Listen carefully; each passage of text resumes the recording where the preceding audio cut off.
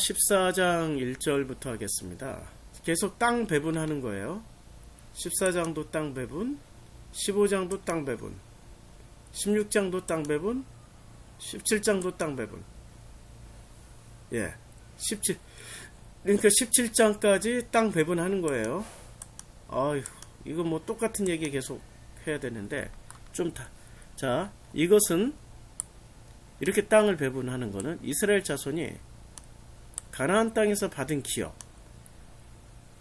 곧 제사장 엘르아살과 눈의 아들 여호수아와 이스라엘 자손 지파의 족장들이 분배한 것이니라. 땅 배분은 누가 해요? 레위족들이 하는 거죠. 그러니까 제사장이 하는 거예요.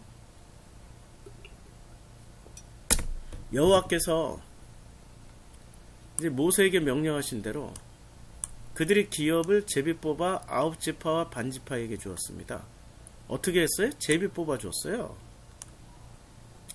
여호와께서 모세에게 명령하신 대로 제비를 뽑았어요. 이 장면이 신약 성경에 나온다는 거 아시죠? 사도행전 1장에 보면 이제 사도행전 2장에 거기에 12제자 중에 한 제자가 비잖아요. 그래서 한 제자가 비기 때문에 이제 한 사람을 뽑아야 돼요. 그래서 뽑을 때에 어떻게 뽑았냐면은 유스도라고 하는 요셉과 마띠아라는 사람을 뽑는데 어떻게 뽑았냐면 그들이 기도하여 이르되 무사람의 마음을 아시는 주여 이 두 사람 중에 누가 주님께 택하신 바 되어 봉사와 및 사도의 직무를 대신할 자인지 보이시옵소서. 유다는 이 직무를 버리고 제 곳으로 갔나이다 하고, 그리고 기도를 했어요. 분명히 기도했어요. 기도했으면 응답을 받아야 되는데 응답을 못 받으니까 뭐를 했어요? 제비 뽑았어요.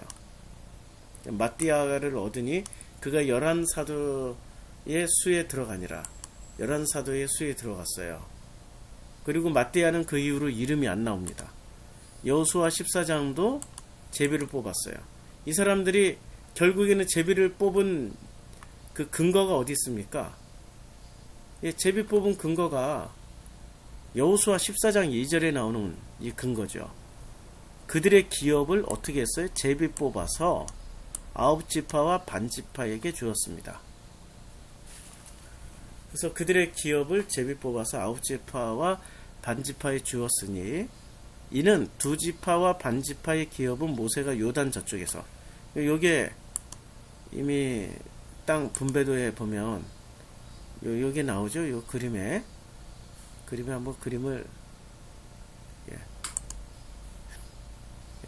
보면 요렇게 요단강을 기준으로 해서 므낫세 반지파, 갓지파, 르벤지파, 그리고 므낫세 반지파는 여기에 주고 나머지 이제 갓지파와 르벤지파는 받았으니까, 그래서 레위지파 빼고, 그러니까 9지파 반이 요단강 서쪽에서 땅을 나눠 갖는 거예요. 이쪽에서. 자, 다시 본문으로 들어와서 이는 요셉의 자손이 므낫사와 에브라임의 2지파가 되었습니다. 그러니까 요셉의 자손이 므낫사와 에브라임 2지파가 되었고, 이 땅에서 레위 사람에게는 아무 분깃도 주지 아니하고 다만 거주할 성읍들과 가축과 재산을 위한 목초지만 주었어요. 그러니까 이게 지금 12아들들에게서 레위가 지금 땅 배분 받는데 레위가 빠지고요. 레위 자리에 누가 들어갔습니까? 원래 요셉이 1대1로 치환되면 요셉, 레위가 받아야 되는데 요셉이 빠졌고 레위가 빠졌잖아요. 그 자리에 므낫세와 에브라임이 들어간 겁니다. 그리고 이 12지파의 자손에 들어갔던 그 사람들의 면면을 보자고요. 12지파의 12아들들 한번 찾아볼까요? 12아들. 그러니까 12아들의 관련 이미지가 이게 일러스트가 잘 돼 있나? 요게 잘 돼 있나?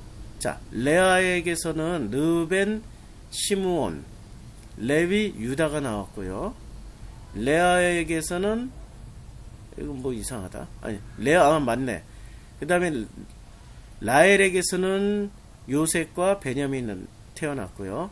빌라에게서는 단과 납달리, 실바에게서는 갓과 아셀이라는 아들, 이건 레아가 뭐야?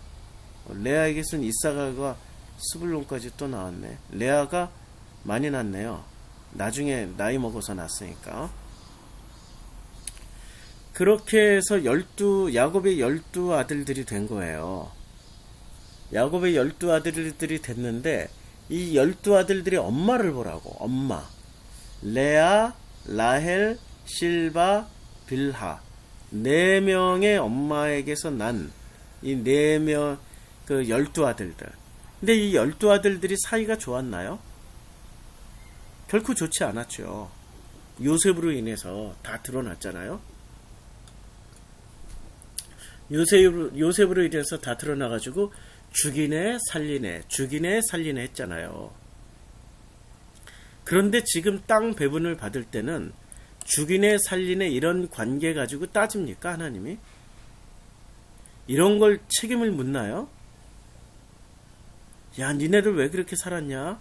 그러니까 이 땅을 받을 때 레아의 아들은 받아도, 야, 너는 저 라헬 너의 아들 그 요셉과 베냐민은 받지 마. 아니면 실바나 비라는 종의 몸에서 태어난 아들들이니까 너희들은 기업을 이 땅을 받지 마. 이게 아니라고. 종의 몸에서 태어났던 첫째 정실 부인에게서 태어났던, 아니면 사랑하는 여인에게서 태어났던, 그냥 사랑을 받지 못했던 여인에게서 태어났던, 상관없이 어떻게 인정해줬어요? 똑같이 인정해주고 기업을 주었단 말이에요. 그 땅에, 가나안 땅에서 받은 기업, 이 기업을 줬다고요. 그들의 기업을 제비 뽑아서 동등하게 나눠줬다고요. 제비 뽑아서 동등하다는 게 땅의 사이즈를 말하는 게 아니라 신약 성경으로 치면 같은 마음을 주셨다고. 같은 마음. 우리의 태생이 어디서 태어났고 어떻게 살았고 누구 밑에서 성장했고 사랑을 많이 받았고 조금 받았고 종의 몸에서 태어났던 무엇든 상관없이 하나님은 우리에게 같은 땅, 같은 마음을 주셨다고요. 그리고 땅을 안 준 사람들이 있어요. 레위 사람들에게는 아무 분깃도 주지 아니했어요. 땅을 안 주고 다만 거주할 성읍들과, 그러니까 장소만 준 거예요. 그 장소를 떠나면 그만이야. 그 땅을 받은 게 아니라 재산을 위한 목초지만 주었어요. 그러니까 그 기업으로 받는 땅이 있고, 그 재산을 유지하기 위한, 양과 소와 이런 낙타를 유지하기 위한, 그들에게 먹이를 주기 위한 목초지만, 이건 구분되는 거죠. 왜 이렇게 했을까요? 아니, 이 사람들은 뭐를 해야 돼요? 날마다 화제를 드려야 돼. 태워야 돼. 날마다 뭔가를 태워. 자기 속에 있는 생각, 자기 속에 있는 선악 지식을 태우면, 혹은 자기가 옳다라고 생각하는 것들을 태우게 되면 그걸로 그 마음이 계속 유지가 되는 거죠. 그래서 땅은 안 주는 거예요. 이스라엘 자손이 여호와께서 모세에게 명령하신 것과 같이 행하여 그 땅을 나누었습니다. 이제 6절에 보면 그때 유다 자손이, 이제 여기까지가 이 땅을 나누는 어떤 그 방식과 원칙이에요. 그런데 1절부터 5절까지의 내용이 방식과 원칙인데, 원칙은 제비뽑기야. 제비 뽑는다라는 게 이런 말씀이지. 세상에 우연은 없다. 하나님의 필연만 있다. 제비뽑기가 우연처럼 여겨지지만, 그러나 그 우연 가운데는 반드시 하나님의 필연만 있다는 거예요. 그게 제비뽑기의 어떤 의미 아닙니까?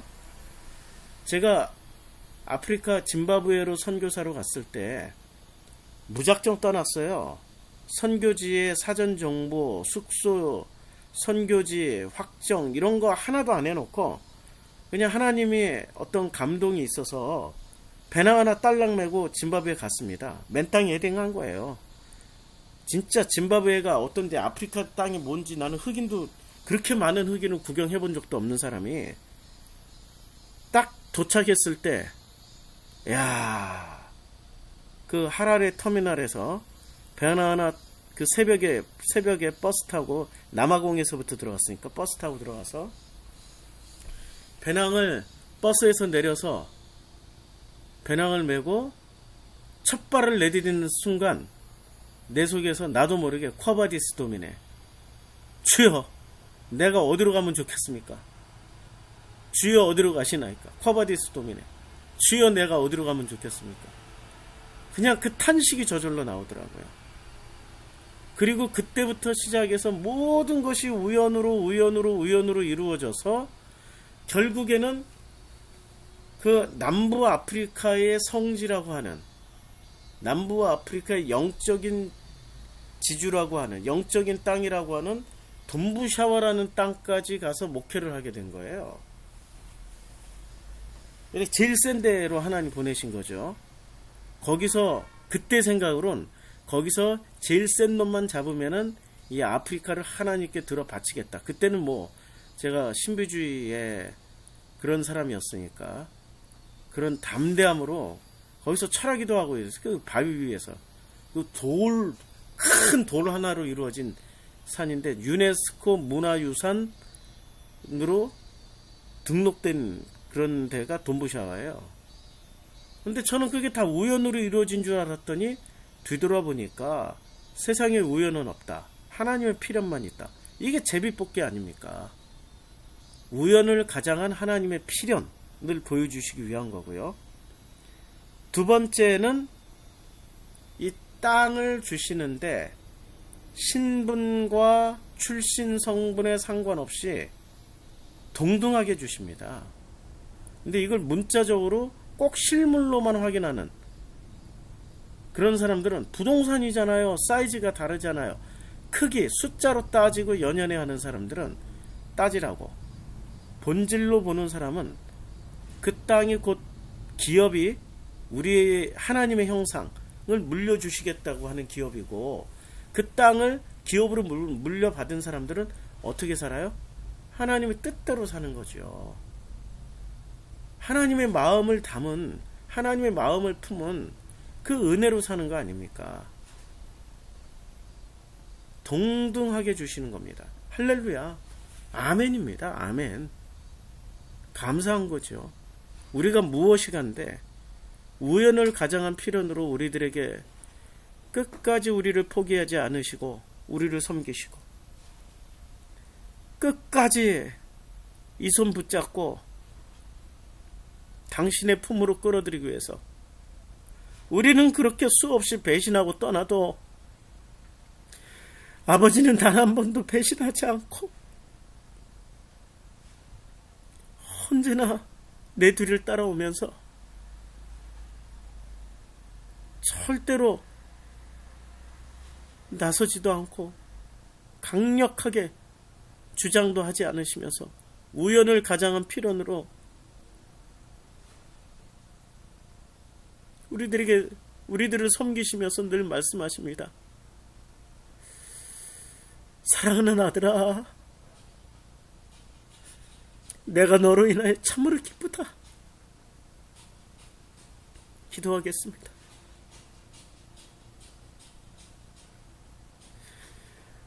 참으로 좋으신 아버지, 아버지가 계셔서 얼마나 좋은지 몰라요. 아버지가 있어서 아버지가 내 아버지라 그냥 감사하고 고맙고 기쁘고 그냥 하루하루가 재미납니다. 행복해요. 고맙습니다, 아버지. 고맙습니다, 아빠. 예수님 이름으로 기도드렸습니다. 아멘.